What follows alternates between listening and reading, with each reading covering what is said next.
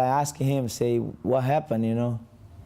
And it's not an excuse, you know. Royce is a gentleman man. He's a big heart.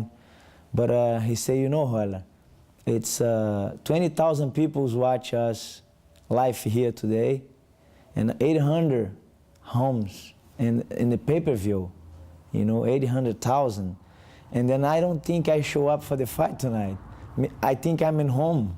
I don't know what happened. Serious, I don't know what to tell you. I'm so sorry. I say, hey, you don't need to tell me I'm sorry. What are you talking about?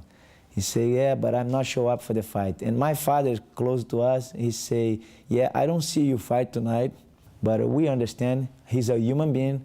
Like I say, the computer sometimes freezing. And this day, probably his computer is like maybe frozen, you know, a little bit. But we understand. We always with him.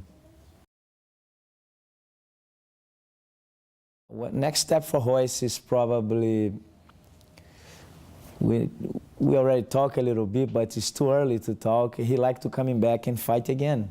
You know, he's not gonna leave like that and turn his back and say, hey. I just tell him, say, hey, you don't need to fight anymore. He say, what? I'm not gonna leave. I say, okay, I'm ready to help you in anything you want. Let's change something, you know, and let's start again.